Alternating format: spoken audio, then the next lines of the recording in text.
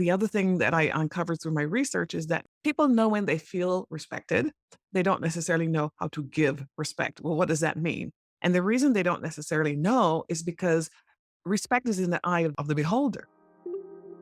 You're listening to episode 28 of the Happy Space podcast, and today I'm exploring leading inclusion with leadership strategist Gena Cox.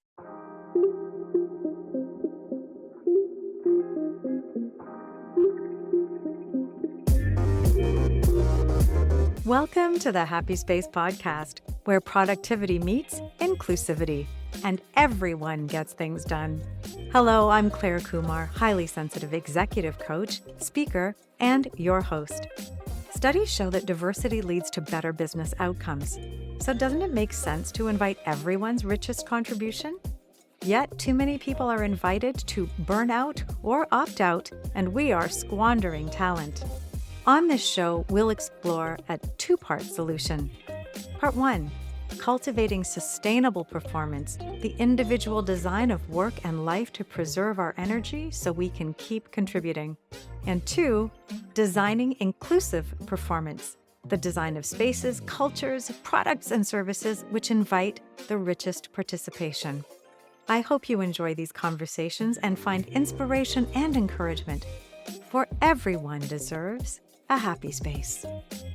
You can likely recall a leader who made you feel instantly part of a team, and other situations where you just don't feel like you belong at all. It can invite you on a path to quick performance or lose time worrying about just how to fit in. Today's guest, Gena Cox, leadership strategist and author of Leading Inclusion, Drive Change Your Employees Can See and Feel, joins us today, offering us a simple path toward becoming an inclusive leader. I love that Gena is relentlessly optimistic, even in the face of disheartening news. She got some just this morning, and ever so thoughtful about her choice of words to keep leaders listening. Dr. Gena Cox is an organizational psychologist, leadership impact strategist, executive coach, speaker, and award-winning author. She is known for her nuanced, multi-disciplinary insights and honest but supportive style. She spent years, decades, in fact, working in and consulting with global companies, including the Fortune 500. Now in private practice, she works with leaders personally to optimize their impact and influence and to build respect-first, inclusive organizations. Gena has leadership roles in the Society for Industrial and Organizational Psychology and the American Psychological Association. I hope you enjoy Gena's insightful take on leading with inclusion and listen in for the key ingredient to unlock it.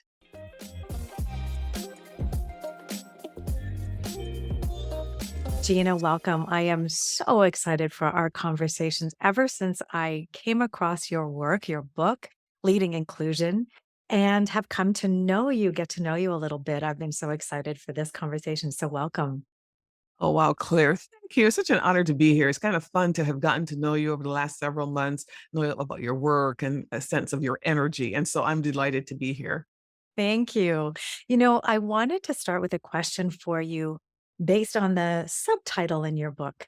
You talk about the need to feel as part of the concept of leading with inclusion. It's how you want your team to tell me the subtitle of the book. Why am I So blanking? the book is called Leading Inclusion, and the subtitle is Drive Change Your Employees Can See and Feel. Yeah. So driving change your employees can see, we get that, but feel. Tell me about that word feel Mhm. and why that was important to you and to include in the title itself.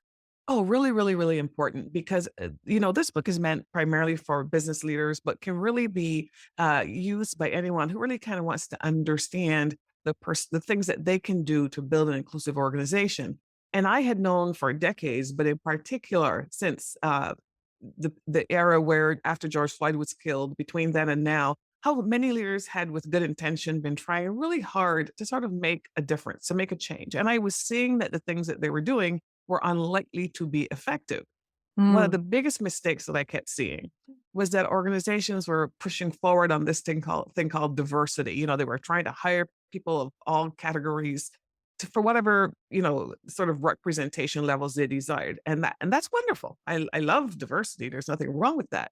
However, I already knew, both from my work and my consulting and my research and my personal experiences, that regardless of whether you enhance diversity or not, the first thing that you need to do before that is to build an inclusive carpeting, if you would. There needs to be something on which this diversity sits that already can support it. So, for example, I think about, if you focus on diversity and it's like bringing, the 11th person to a dinner party that you have a place settings for only 10 people. And that 11th person is saying, well, where's my fork and where's my plate? And did you give me, a place to sit? And then that person starts to wonder, well, what kind of an environment is this for me anyway? The Mm, point I'm making here is that this whole idea of how we make organizations better, communities better, sort of lives upon or requires that we have an understanding that what we're trying to do is to enhance people's day-to-day experiences, their feelings mm. of what it feels like to work here, to be in this neighborhood, to go to this school, and so on. So the feeling part of this, organizations were not paying any attention to, in my opinion, and still aren't paying enough attention to. And that's why it was so important for me to say, don't just make changes that are visible in terms of the physical differences. Make sure that you're making changes in the emotional experiences that people are having at work or wherever. Yeah. So I love that because in my 4-step plan to get organized, in the prioritize part, I've always said you need to figure out what you want to do with your time and also how you want to feel in a space. Yeah. And we have to tap into that emotional importance. And you're also making me remember now, as you talked about sort of the musical chairs element of there's no Yes. space for you. One of the jobs I started, I arrived on my first day. Human resources was like, oh, we forgot. And so there was Literally. no place for me. So Literally. literally there was no place. Yeah. And I thought, you didn't make me feel great with that Exactly. start. Exactly. It was like, oh, wow. If I'm not thought of so with care on day one, I am assuming it's not getting better from here. So, Exactly. And I think it's something that the feeling part of what we're describing is the thing that it lasts much longer than people realize, right? Because when people go home at oh, the day, or when they're in the workspace as you're describing, it's that thing that they talk about the most with their friends and their loved ones. You're like, "I don't really like my office because it makes me feel this way." I mean, even my personal office, right? And then you yeah. put colors in, you put new lighting, you do all these things. It's not because those things are going to make you directly produce more in your personal office. It's that you want to feel a certain way in this space, right? Same Mhm. thing for when you're going to, a workplace, into an office that is provided to you, or a culture. When you go home, you talk to your friends, your spouse, your loved ones, and you say, "Oh man, I worked really hard today, but let me tell you, it was this thing that made me Yeah. feel a certain way that Yeah. I want to tell you about." Yeah. Mhm. This is like Maya Angelou, right? People will remember how you made them feel. Nothing, Yes, not the always, words, not all of that stuff, but the way you made always, them feel, right? always. Yeah. Yeah. Such a powerful concept. So I love that you named it right off. Now you talk a lot about um, an element that's missing, that's old fashioned, that's really the key to building this inclusive culture. Can you share? I want you to name it and explain to us how you got to sort of rewind to say, wait a minute, we're just forgetting something we used to know. Today's episode of the Happy Space podcast is sponsored by ClareKumar.com. With sensitivity, curiosity, and courage, I serve 3 groups asking the tough questions that lead to meaningful answers. Number 1, I coach ambitious leaders to design for well-being and achieve next-level work-life integration. Number 2, I mic drop thought bombs. That's bombs as in BALMS in keynotes and workshops, helping organizations achieve the business imperative that is inclusivity. And 3, I collaborate with brands concerned with respect for well-being on product design, marketing, and PR. If any of this piqued your interest, come find me at clarekumar.com. I'd love to speak with you. Designing inclusive performance together will lead to the richest results. I have come to believe that the key to inclusive situations, organizations, and the key to impactful and effective leadership is respect. Now, that shouldn't sound like an epiphany because the word respect is a word that many of us know. But the other thing that I discovered in the research that I was doing before I wrote my book, as I was trying to understand what is it that people want to not just see, but feel, I discovered that the key thing people wanted to feel was respected. Mm. Well, gosh, people want to feel respected. It doesn't sound like this would be so hard to do because we've heard this word since we were kids, and most people have a sense of what it is, right? But what the other thing that I uncovered through my research is that no, in fact, most people know when they feel respected. They don't necessarily know how to give respect. Well, what does that mean? And the reason they don't necessarily know is because respect is in the eye of of the receiver, of the beholder. So you can't respect me unless you get to know me, which is Mm. why, so respect is that fundamental core thing that I would say put respect first in all the things that you do, including organizational work. Because if you put it first, if you put it into your values, if you hold managers and employees accountable for expressing it, and if you measure it, you're going to be able to move the needle on all of these other things that people call diversity, equity, and inclusion. Wow, there's a lot in that, right? We think it's this thing that we should know innately, and we I'm guessing it's like driving where we imagine we're better drivers than we are. We probably Yes. imagine we're showing respect all the time in what we do, but saying, "Wait a second, we're not actually giving it." So let's examine that a little bit because I know when we were talking earlier, you resonate with noticing very quickly whether there's respect in a relationship or whether it's absent. What are your cues? What makes it easy to decipher whether it's there or it's not? Well, first of all, Claire, it turns out that I'm a highly sensitive person. On a personal level, I truly have come to understand myself over the decades that I am very much attuned to to other people's emotional vibes, right? So that's just something I say about myself when I laugh and I have fun with it and I use it to my advantage. But seriously, though, in the context of business or in communities, the relationships that matter, the thing that I have come to recognize is that when we are having these difficulties where we don't seem connected to one another, it's because we don't understand what that other party needs. And so in the research that I did, I tried to figure out, well, what are these elements that are present when I, Gina, feel respected, or when, more importantly, the people who answered my surveys said, when I asked them, what is it that you would want your leaders to know about your experience in their organizations with regard to inclusion? And I teased out the themes from their comments. What I realized was that consistently, all people of all races and so on were saying, we want to feel respected. And respected meant being seen, being heard, and being valued. We'll talk a little bit about that.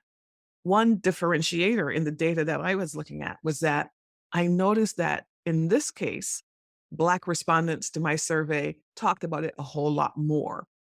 And then I went out to the literature in the scientific literature and discovered, aha, this makes sense because what the literature has documented is that people from minoritized groups say they want the same thing that everybody else wants. They just get less of it from the Mm. people who have the power around them, which would be respect. Mm. Yeah. So it's being seen, heard, and valued, which means you Yes. need to understand what somebody else values to Yes. communicate that. I'm thinking right now of relationships and the five love languages, right? If you want your expression of love to be received as love, you need to understand the way somebody appreciates love. So Right. it's that, right? It's not just what you care about or Mm. what you consider respect to be. It's what does Claire think respect is, and do you know Claire well enough, especially if you're her Yeah. neighbor, if you're her colleague, if you're her manager. You have to do what I call you have to be so just the three C's. You got to be curious about Claire, first of all. In order to be connected to Claire, you've got to be curious first. And you must do those two things in order to be comfortable with Claire and for Claire to be comfortable with you Mm. so that she will tell you or show you what respect means to her. And like you say, this could be in a personal relationship. This could be in any situation. Yeah. But it's a practice that if leaders specifically think about the impact that they have from this perspective and ask themselves, am I doing these three things? Being seen has a lot to do with sort of just acknowledging my presence as a human, right? Just the humanness of Gina in this space. But it also has to do with, not avoiding me. It has to do with making eye contact. It has to do with um, not making sure that I am part of whatever it is that's going on, and I don't have the sense that I'm being sort of marginalized. Um, and in an interpersonal relationship, with your neighbor, it could be as simple as we're walking through the park from opposite directions and we say hello. And I Mhm. say, oh, hello. And you get that warm feeling that comes from knowing I just made that human connection. So being seen it's not complicated. It's very dramatically in culture, right? Yes. So, Yeah, right? I remember being in Thailand and India, for example, the smiles are bouncing off everything. yeah. I don't know if it's climate induced or what, but living in Japan, part of the ability to cope in such a densely populated place was to actually preserve personal space and make Right. people feel comfortable by not giving eye contact and not engaging. So there's a cultural, it's not all the same. It's not all the same, and so I guess even another way of putting it is you've got to understand well, I'm assuming that, within your local culture, you would know what the norms are within your culture, but you've got to also think about that when you are around a variety of people, even if they're in your same culture, because everyone kinda shows up to in a space, even at, let's say, a party, and never mind the workplace. People show up, and they all come with all of these same variations, right? Even though they're in the same geography. Well, The yeah, and I mean, I'm in Toronto, right? So Yes, in my building, there are, 500 units or so. yes, I yeah, don't know how many different cultures. yes, And some people very new to Canada. So when you say, do you know your culture? Whew, there's a journey to even understand, let's just say right, corporate culture right now. What is it? And what and are the that's expressions of culture that we're trying to absorb? There's a journey to even understand what that is. here's a journey. However, I try to say, I don't think any reasonable person expects everybody to understand every nuance of Mhm. people's that vary by race and ethnicity and LGBTQ status and all the ways that we vary. I don't think anyone reasonably thinks that we can all understand all of those nuances. But what Mhm. we can all do is provide some little thing into the world that shows that next person that I see you. And so sometimes it's just a glance. Sometimes, as you say, it's not anything overt, but there's a certain thing that lets another human person know I see that other human person, and it is universal. It, even and so when I travel, I am aware of this. I know that there are cultural norms that differ, but it is still important for me to somehow convey to the people around me that I'm here and I see that you're here. Something about that. I think that's what we're trying to do. I really do. It's interesting, right? Because I think of the introverts that I have definitely said hello to in the elevator who are like, "Why is she talking to me?"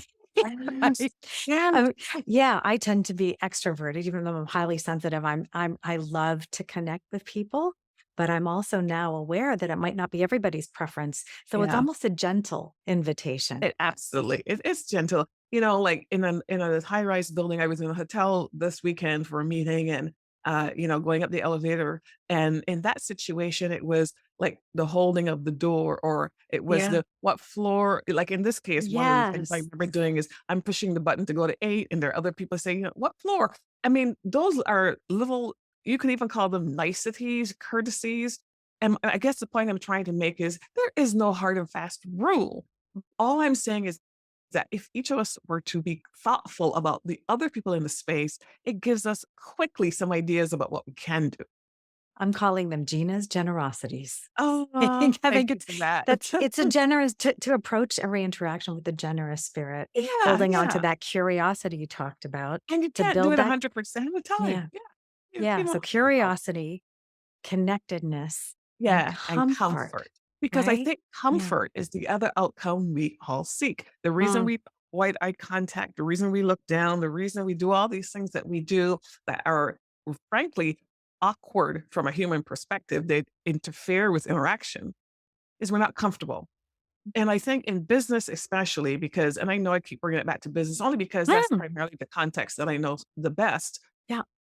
that discomfort interferes with getting the job done. We don't really want the discomfort there, but we have it. So what do you do with it? You got to think about it and say, oh, wow, I want to get to comfort.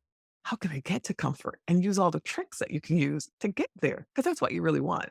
Yeah, and Yeah. bring people with And, you in and what comfort respect, looks like. Yeah, curiosity, connection, all of these yeah, things bring you to that comfort. yeah. Um, as I look at the world of DEI right now and DEIB, um, I'm seeing headlines that say 30% of people are losing leadership roles in that specific um, line of focus. What do you think's happening with the conversation around this and Mhm. why? So I'm in the United States. I happen to be in the state of Florida. So I have to be very careful, and you will hold me accountable to make sure that I don't just keep too narrow a lens on this, because I do think there's a United States perspective. But frankly, there's a global perspective on some of this that I'm also seeing. The origins might have been in the United States, but it's certainly this global issue. One of the things that I am seeing is that very clearly there is, our world is primarily the world of the colonizers and the colonized, like across the globe. That's the truth. And there's that. And the folks who have traditionally held the power by virtue of the colonization, being the colonizers, are sort of resisting the idea that those who have been colonized want a little bit more elbow room and a little more space to just be. I see that dynamic playing out globally. Mm, Another dynamic, and then I'll answer the specific question that you asked. Another dynamic that I see playing out globally is this notion of, I'm going to call it, authoritarian conservatism. This notion that there are certain ideas that a few people hold that are very prescriptive about the behaviors that are appropriate and the behaviors that are inappropriate, and those kinds of ideas are really taking hold. And those ideas are present then in the politics, and politics is nothing more than the rules that govern our daily life. So politics affects all of us, as we know. And so in the workplace, specifically in the United States, with regard to the conversations about affirmative action or DE&I leaders losing their jobs and so on, what that represents is the powers that be resisting what they have been seeing as a little bit of improvement mm, that has come relatively quickly in the 3 years since George Floyd was killed as a result of very purposeful actions on the part of some people to make things better. And some people are saying, wait a minute, we don't want these changes. mhm. We prefer the thing change it. We prefer the way things were where our power wasn't challenged as much. So people are losing their DE&I leadership roles because just today, for example, I got an email from a large consulting company for which I am actually a subcontractor. But this huge company has a formal contract with a very large Fortune 500 company. And we were preparing to do some high potential strategy work to help them get people to keep moving, women, all kinds of people in the organization. They literally wrote a note to us this morning that said, we're going to stop this whole program as a result of the Supreme Court ruling against affirmative action in colleges, Yeah. because we are afraid that we will get a legal challenge if we focus on identifying high potentials who will like and saying we would like diversity in that pool so that they can Mhm, be available to be eventually moved to executive positions. mhm. So when you ask that question, it is not an abstraction. It's a literal direct line between those things that are happening in Yeah. the social and political sphere. Yeah, you said it well. I boil it down to don't take my toys away. I like my toys and you're threatening my toys and I don't like it now. And Absolutely. yeah. But you should know, Claire, you should know that like about this, I am as optimistic as I am about everything else in life because optimism, to quote Michael J. Fox, which I did recently, is optimism is scalable, right? And it keeps us going. But Oh, I um, haven't op- heard that quote. well, Uh, I heard yeah. optimism is scalable. I heard Michael J. Fox say that on Sunday on CBS Good Morning. And I was Uh, in that same hotel room I mentioned. I don't usually watch the Sunday morning talking heads. yeah. He said that, and I said, "That's profound. He should know." I mean, he's dealing with Parkinson's early Mhm, onset, and mhm, now he has turned it all around, and he's making the world better. But I'm optimistic about what you asked me because I talk to a lot of people, especially younger people, mhm, intentionally. And Generation Z, I mean, that's another stereotype, but younger people and people who are in colonized places that are now being described as the global South, which is the new language of the international community for Southeast Asia or Africa or the Caribbean or whatever. mm, Those folk are saying, well, enough already, right? Because actually the reason they're saying enough already may not have as I don't know if it has as much to do with race and those kinds of things. And certainly there's that.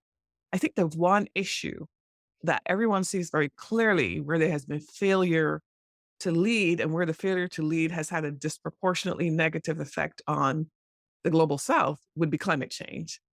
And so as you as you take a long-term view of your world and you see the threats in it, mhm. yes, there's race in there, but frankly, the thing I worry about climate change. And I worry about why are you resisting that? Why are you saying I'm not going to do anything about it? Right? Oh So, my gosh, you're speaking to my heart. I just reached out to Lisa Whitehead yesterday. uh-huh. She's got a book on Earth First. Yes. It's business. And yeah, I'm amazed at in all the talk about return to office and Jamie Dimon, I'm looking at you. 5 days in the work, 5 days back in the office, everybody.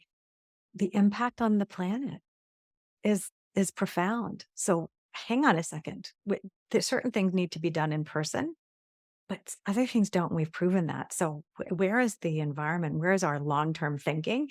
It's quarterly profit driven for so many people. And I want the lens to be, as Dory Clark talks about, the long game, right? Yeah, Where is the right. long-term thinking that's actually going to carry us forward? We need a little bit more elegance and a little less self-serving in the Yes, visionary leadership that we choose to right. follow. And all of this has to do with what you've been talking about all along. I know that it might seem a little bit disconnected from or distant in a conversation of the kind that we're having. But the reality is that what we're really talking about here is that those who have the power to make those positive differences aren't doing them because at this moment, the negative effects of their inaction are being primarily felt by what I'm going to call that global South. So Right. at this moment, maybe they don't feel like this is something that they need to worry as much about, whereas we're already feeling those effects. Yeah. And well, until it lands on the North's doorstep, and even when it is, I mean, I don't know if you saw, we'd had massive Canadian wildfires Yeah. this summer, and the pictures out of Manhattan were by far the worst in terms of pollution and orange Yes. haze. Nobody woke up. Nobody just said, I don't know how many people are saying, what responsibility am I taking? Carbon footprint, maybe, but just come back to, do I need to travel for this? What's my entitlement as a human to move around that's driving the biggest That's right. pollution, That's right? right. It's Yeah. real. Mhm. Yeah, absolutely. Well, I love your optimism. I'm optimistic too, but I think it's igniting minds like you do with your work around leading inclusion and like I'm trying to do, talking about inclusivity and hooking it to productivity so leaders go, oh, Yes. yeah, there is a business benefit to this as well. Yes.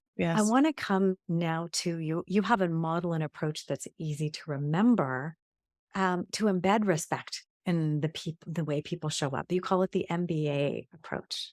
Yeah. Can you explain that to us? Yeah. So I've learned, again, over decades of working that we need an MBA for everything that we want to change. But with regard to inclusion, um, my experiences have proven to me or shown to me that we can't make the changes, meaning we can't create organizations in which all people feel like they have an equal opportunity to thrive until the leaders of those organizations have an inclusion MBA. The M stands for mindset. So leaders have to, through education and exposure to the realities of the world beyond their own personal experiences, get to understand the various experiences of the people who show up in their organizations as employees or Mhm. as prospective employees. It's kind of like if you were selling and they're selling products and services. If you were selling a particular kind of shoe, you wouldn't say, well, oh, you know what, I'm only going to pay attention to 75% of my market because the other 25, oh, they'll take care of themselves. You would say, I Yeah. want to understand my customer, all of them, right? Same thing with your employees. If you don't have that mindset to recognize that you can't call yourself an effective leader if you can only effectively lead a portion of your workforce and the rest of the workforce isn't thriving, you're not effective. If you can't see that, you won't make change. So I try to help leaders to see that, to think, but to process it at an emotional level, not at a ethical level, not Mm. at a business case level or risk level, at a level of, wait a minute, what does this really mean for those employees, Yeah. their day-to-day experiences in my company to get quiet? So you have to have that mindset thing that will then have you go, "Oh my gosh, now that I understand," then I go to the B, which is I have to be bold. Because the biggest hindrance that I have observed to inclusion in organizations is that leaders usually know the people in their organizations who are intentionally either slow walking or hindering inclusion efforts. They know who they are. They know the people who immediately resist. They do nothing about it. They just let them continue. And every Mm. day that they let them continue, that's a 5-person team or a 10-person team or whatever the number of people under that person. Mm. There's a fraction of those people whose needs aren't being met. So they've Right. got to be bold enough to say, we're going to change this. You can no longer do this. You must do that. We can't pretend anymore. They've got to make hard decisions about people who may be valuable on one way, but highly toxic and destructive in another. Well, they ought to be willing to give something up then. Well, the leaders who are in that hierarchy that can make the decision, they don't really have to give something up. They have to gain something, because if you have a 100-person team being led by that person and only 75% of those people are thriving, you're missing the opportunity for that 100% to be thriving. So Oh, in I giving hear up, you. I think so the yeah, challenge though is that leader who's resisting has yeah, shown some value. And the person yes, looking at that is hooked into that value without yes. understanding the talent that's being squandered. Without understanding the opportunity co absolutely. They Mhm. don't necessarily see it, or they see it and they don't wanna more often, they see it and they don't wanna process it. I'll give you a concrete example. I'm Mm. coaching an executive who, in our last, 2 meetings ago, we spent quite a bit of time talking through this issue where her c a peer executive is totally resisting her strategic efforts on behalf of her business. And she wants to force the issue. She's like, I got to get this guy to change his behavior. And I said, well, why does he keep doing it? Oh, well, because he's the golden boy.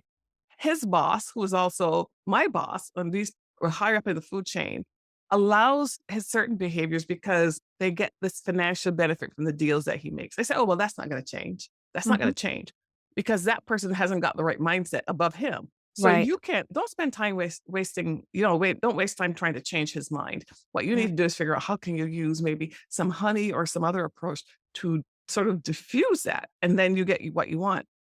That person's manager, that other person that is allowing the toxic behavior, doesn't have the right mindset to run a diverse organization, and Mhm. they're not taking bold action. So that's the M and the B, and then the A is action. That Mm. you have to think about this, then you have to decide what you need to do and be willing to be bold, and then you do what you need to do. And the doing, there can be so many different ways you do. But the subtitle of my book, Drive Change Employees Can See and Feel, is based on this notion that we are waiting to see what leaders do that we can see and feel. And the employees know that you're not taking action. So it is self-defeating to not take action, even though Yeah. you think, well, not taking action means that, nobody can tell me what to do, or, I'm not going to get labeled woke. Well, guess what? Your employees are still disappointed, Yeah, I so remember in business school, do nothing was always an option. And there's a yes, consequence, and the yes. consequence isn't really being faced there. Right, yeah, you're definitely putting your head in the sand, and Mm. this applies to anything, but it applies to what I talk about, to a great degree, because executive leaders, board directors And people who have authority underestimate the extent to which those who need assistance with these problems are waiting for them to take action. 100%. Yeah. 100%. So MBA, the Inclusion MBA Yes. is something that every leader leads, and I wholeheartedly agree. I Yeah. love how you phrase that in such a memorable way. So I hope listeners are jotting that down and perhaps sending an invitation to read Gena's book over or Thank you. and enter her world. Now, to enter more of your world, you've been so kind as to offer something for our listeners today, which we'll make available in the show notes. Yes. So, Gena, you want to explain what that is, and then I'll tell people how to find those show notes. Yeah, I have a little document that I'd be happy to share with your audience, which really just provides a little bit more information about how I came to my focus on this respect idea, why I really think all leaders should focus on respect more, and how they can sort of think about it in a practical way, just with a few questions that I include in there to just have you think about it. Am I doing these things? What could I do differently? And are the people that are around me, are they experiencing these things? So it's just a very simple sort of guide, if you would. I love it. I want to say it's going to have an Aretha Franklin soundtrack to go with I it. if it weren't for the fact that they have all these darn rights about, protections, Hmm. copyright. Like I love copyright when it's my book, but I wish I could copy Aretha Franklin and use her voice on everything, and I I can't. wish we could channel some of that love for respect. Absolutely. Yeah. Oh, Gena, thanks so much for joining me. For listeners who are just so riveted by this conversation, you're definitely going to want to grab that giveaway. If you go to happyspacepod.com, it'll take you to everything to do with this project of mine, the community, but also for sure the podcast. And you'll be able to find Gena's episode, which is episode 28. And in the show notes, there will be a link to just what Gena described, a quick way to really self-reflect on the importance of respect and how to get there more quickly. And for sure, something you want to share with people who you think might need a little invitation to think this way. Gena, it's just been a treat to hear your eloquent way of describing this, your relentless optimism, which I share. And I'm just, I feel richer being in your world. So thank you so much. Oh, Claire, it's a pleasure. And even just looking at you with your colors, every time I go to your website and see the fuchsia, the orange, the white, I can actually see that now. It makes me very happy. Awesome. Yeah, that's the whole point, right? We all need Yes, we all it need a is. happy space. And I think Yes, why I saw your topic connect so much to this is an opportunity for leaders to create that happy space for their yes. employees and invite those contributions. I don't want any more squandered talent out there. And this is a real path to make sure more people can continue to contribute. All right. Thanks. Thanks so much, Gena. Thanks so much for joining me today. It's been a pleasure.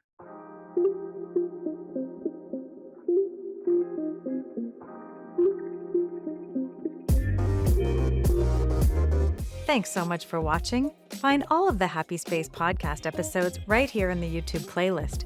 And if you enjoyed this conversation, check out the featured episodes shown right here.